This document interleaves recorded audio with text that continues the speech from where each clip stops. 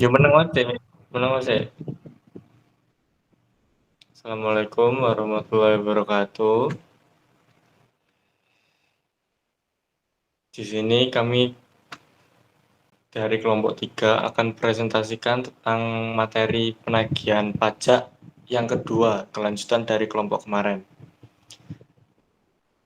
Saya akan perkenalkan anggota dari kelompok kami terlebih dahulu. Yang pertama ada Reski Bilkis Mazeza, ada saya sendiri Diko Rahmat, ada Rahma Selinda, ada Prayoga Putra, ada Muhammad Firawan. Next slide. Nah, selanjutnya adalah tentang penyitaan. Nah, penyitaan ini akan dibacakan oleh teman saya. Baik, di sini akan saya bacakan tentang penyitaan. Penyitaan akan dilakukan berdasarkan surat perintah melaksanakan penyitaan jika penanggung pajak tidak melunasi utang pajak setelah lewat 2 kali 24 jam setelah surat pajak diberitahukan. Tujuan penyitaan yaitu mengamankan barang milik penanggung pajak untuk melunasi utang pajak. Dalam pelaksanaan penyitaan, jurusita pajak harus memperlihatkan kartu tanda pengenal, memperlihatkan surat perintah pelaksanaan penyitaan, memberitahukan tentang maksud dan tujuan penyitaan. Next slide. Lalu ada objek sita. Penyitaan dilaksanakan terhadap barang milik penanggung pajak yang berada di tempat tinggal, tempat usaha, tempat kedudukan, atau di tempat lain yang termasuk penguasaannya. Contohnya ada barang bergerak termasuk mobil, perhiasan, uang tunai, dan deposito berjangka, tabungan, saldo rekening koran, giro, atau bentuk lainnya. Yang dibersamakan dengan itu, ada barang tidak bergerak, termasuk tanah, bangunan, kapal dengan isi kotor tertentu. Penyitaan terhadap penanggung pajak badan dapat dilaksanakan terhadap barang milik perusahaan, pengurus, kepala perwakilan, kepala cabang, penanggung jawab, pemilik modal, dan lain-lainnya.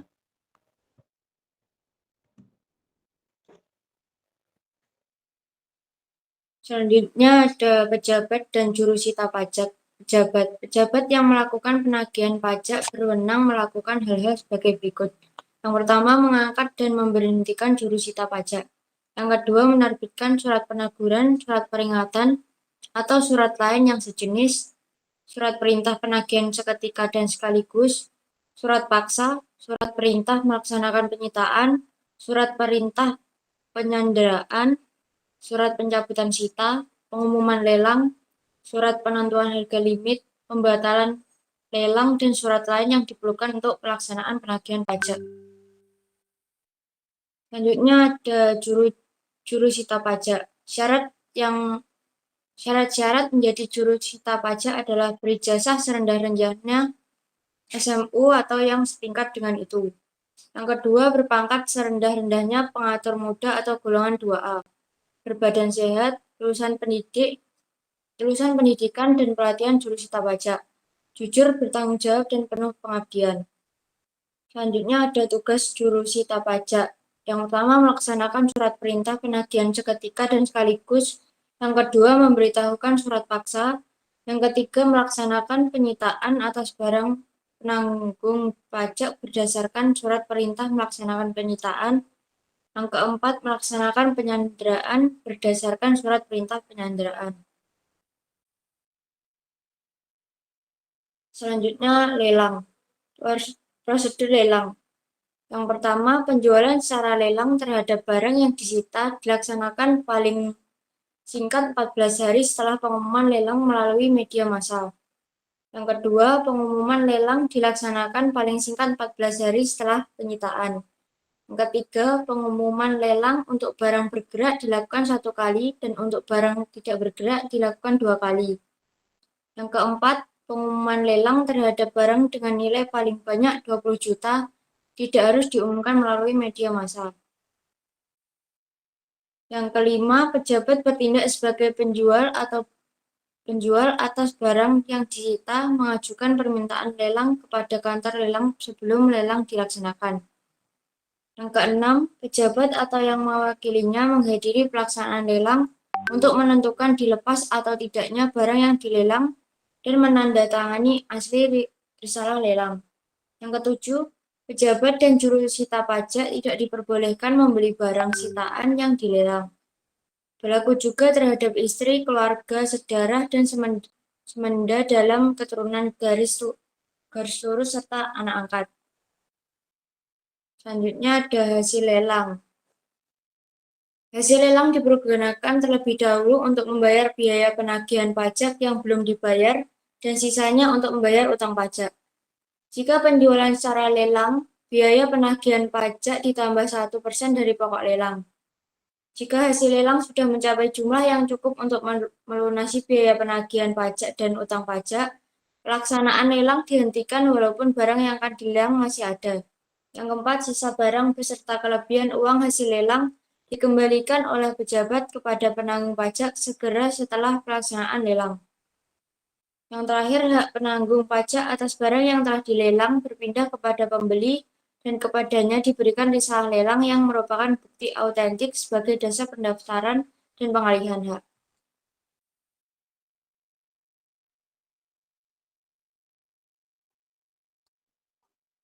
Baik, selanjutnya saya akan menjelaskan tentang pencegahan. Berikut ada hal-hal yang berkaitan dengan pencegahan. Yang pertama, pencegahan hanya dapat dilakukan terhadap penanggung pajak yang mempunyai jumlah utang sekurang-kurangnya sebesar 100 juta rupiah dan diragukan itikat baiknya dalam lunasi utang pajak. Yang kedua, pencegahan dilakukan berdasarkan keputusan pencegahan yang diterbitkan oleh Menteri atas permintaan pejabat atau atasan pejabat yang bersangkutan. Yang ketiga, keputusan pencegahan memuat sekurang-kurangnya identitas penanggung pajak yang dikenakan pencegahan, alasan untuk melakukan pencegahan, dan juga jangka waktu pencegahan paling lama 6 bulan dan dapat diperpanjang paling lama 6 bulan juga. Yang keempat, keputusan pencegahan disampaikan kepada penanggung pajak yang dikenakan pencegahan, Menteri Kehakiman, pejabat yang memohon pencegahan, atasan pejabat yang bersangkutan, dan kepala daerah setempat. Yang kelima, pencegahan dapat dilaksanakan terhadap beberapa orang sebagai penanggung pajak, wajib pajak, badan atau ahli waris. Yang keenam, pencegahan terhadap penanggung pajak tidak mengakibatkan hapusnya utang pajak dan terhentinya pelaksanaan penagihan pajak.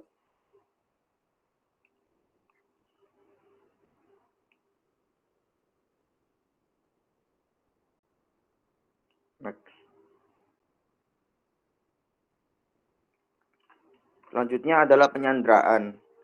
Berikut itu adalah hal-hal yang berkaitan dengan penyanderaan.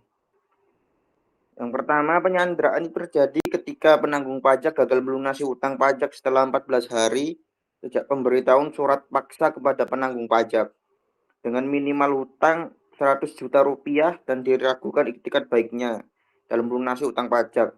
Proses ini itu membutuhkan surat pemerintah penyanderaan dari pejabat dengan izin tertulis dari Menteri Keuangan atau Gubernur.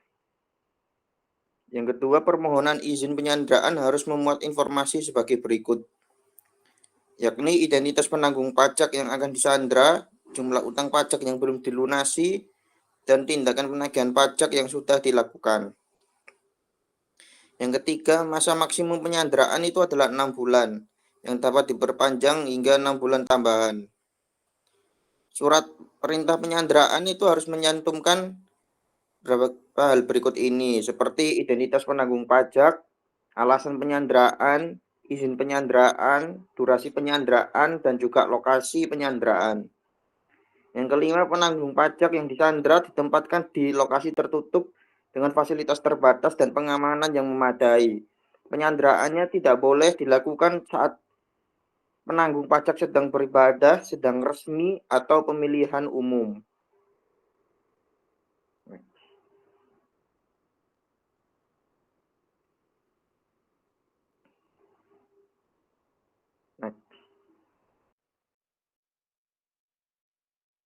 Selanjutnya yang keenam, penyanderaan dimulai saat penanggung pajak menerima surat perintah penyanderaan.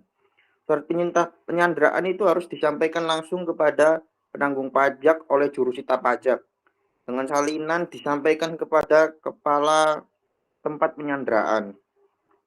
Yang ketujuh, jika penanggung pajak tidak dapat ditemukan, jurusita pajak dapat meminta bantuan kepolisian atau kejaksaan untuk menghadirkannya.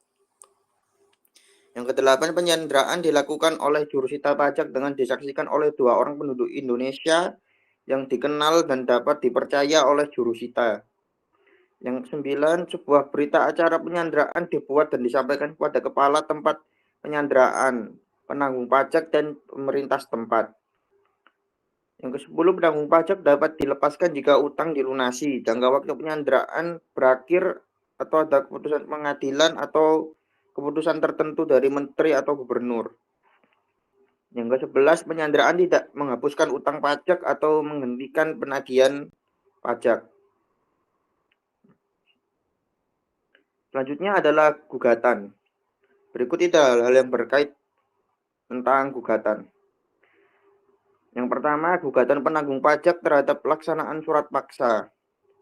Surat perintah melaksanakan penyitaan atau pengumuman lelang hanya dapat diajukan kepada pengadilan pajak. Jika gugatan penanggung pajak dikabulkan, penanggung pajak dapat memohon pemulihan nama baik dan ganti rugi kepada pejabat. Yang ketiga, besarnya ganti rugi paling banyak sebesar 5 juta rupiah. Yang keempat, perubahan besarnya ganti rugi ditetapkan dengan keputusan menteri atau keputusan kepala daerah. Yang kelima, gugatan penanggung pajak diajukan dalam jangka waktu 14 hari sejak surat paksa, surat perintah melaksanakan penyitaan atau pengumuman lelang dilaksanakan.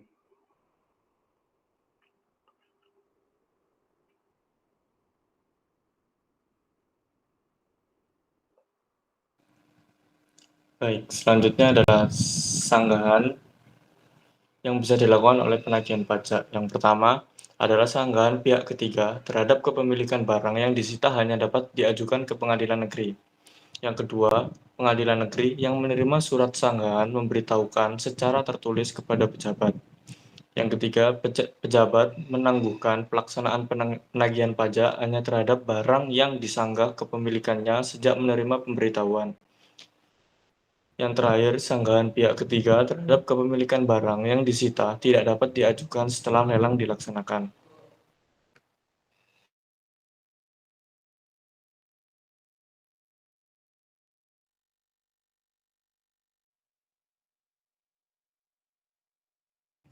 Selanjutnya adalah pembetulan atau penggantian. Nah, penanggung pajak dapat mengajukan permohonan pembetulan atau penggantian kepada pejabat terhadap surat teguran atau surat peringatan atau surat lain yang sejenis. Contohnya seperti surat perintah penagihan seketika dan sekaligus, surat paksa, surat perintah melaksanakan penyitaan, surat perintah penyanderaan, pengumuman lelang, dan surat penentuan harga limit yang dalam penerbitannya terdapat kesalahan atau keliruan. Yang kedua, pejabat dalam jangka waktu paling lama 7 hari sejak tanggal diterima permohonan harus memberi keputusan atas permohonan yang diajukan. Yang ketiga, apabila dalam jangka waktu yang sudah ditetapkan, pejabat tidak memberikan keputusan, permohonan penanggung pajak dianggap dikabulkan dan penagihan ditunda untuk sementara waktu.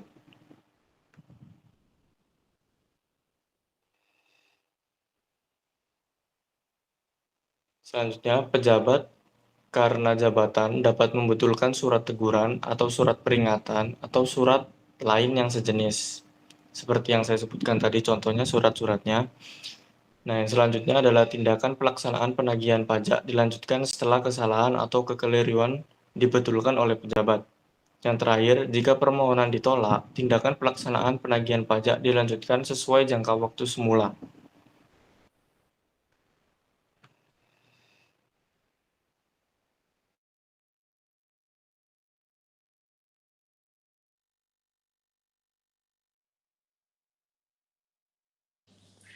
Ketentuan pidana.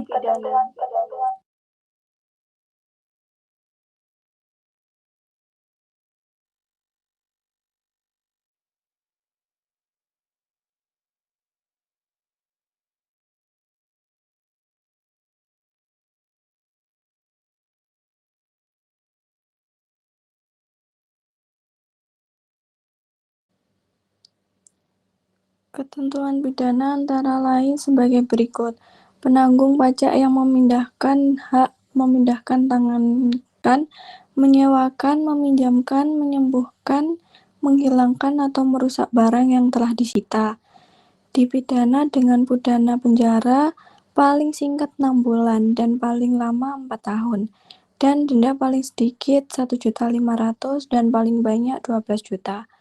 Yang kedua, apabila pihak-pihak yang diberi tugas untuk mengalih atau menjual barang sitaan sesuai UU PPSP pasal 25 ayat 3 huruf B, C, D, dan E tidak melaksanakan kewajibannya, dipidana dengan pidana penjara paling singkat 1 minggu dan paling lama 4 bulan 2 minggu, dan denda paling sedikit 500.000 dan paling banyak adalah 10 juta.